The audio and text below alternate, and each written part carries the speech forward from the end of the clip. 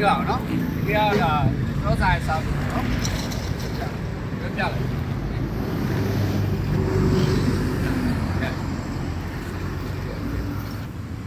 ကဲဒါတော့တော့ဆိုင်ရတာဒီနေ့စားပေးပေါ့နော်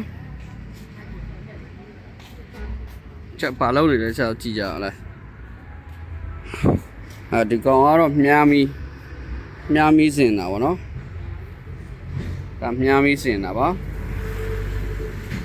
မြားမီရှိတယ်9ယူမီရှိတယ်ဒါ9ယူလို့ခေါ်9ယူပေါ့နော်မြားရှိတယ်9ယူရှိတယ်ကျွန်တော်ဒီမှာမီးရဒီကောင်ကတော့ engine နော်ဒါ engine ပိုင်းနော်ဒီကောင်က engine ပိုင်းပြီးရင်ဒီမှာဒီကောင်ကတော့ဒီမှာနည်းနည်းစစ်စီတာနော်စစ်စင်မှုပိုင်းပြီးရင်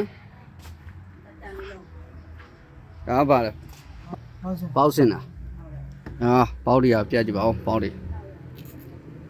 က်တာနဲ့နည်းနည်းတော့တီးသွားတယ်ဘူဖာနဲ့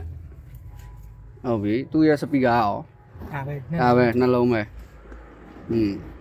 အဲ့တော့ပေါက်စင်တာပေါ့ဘာနဲ့ဟိုကက်လေးပြတ်ကြည့်ချင်းပါဘယ်ကက်နဲ့ဆင်အဲ့ဒီမှာ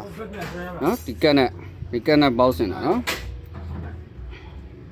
ကက်လေးနဲ့ပေါက်စင်ပါဒါပေါက်ပြီးရင်နောက်စီပြအောင်မယ်ဒီကောင်ကတော့ဒါမစီမကာကိုလို့ခေါ်တယ်နော်ကာကိုကတော့ဒီမှာသူလည်းအင်ဂျင်ပိုင်းပဲနော်သူလည်းအင်ဂျင်ပိုင်းပဲနော်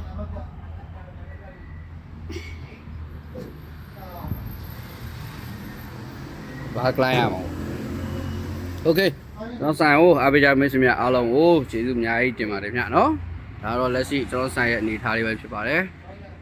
ကဲအားလုံးပဲကျေးဇူးတင်တယ်နော်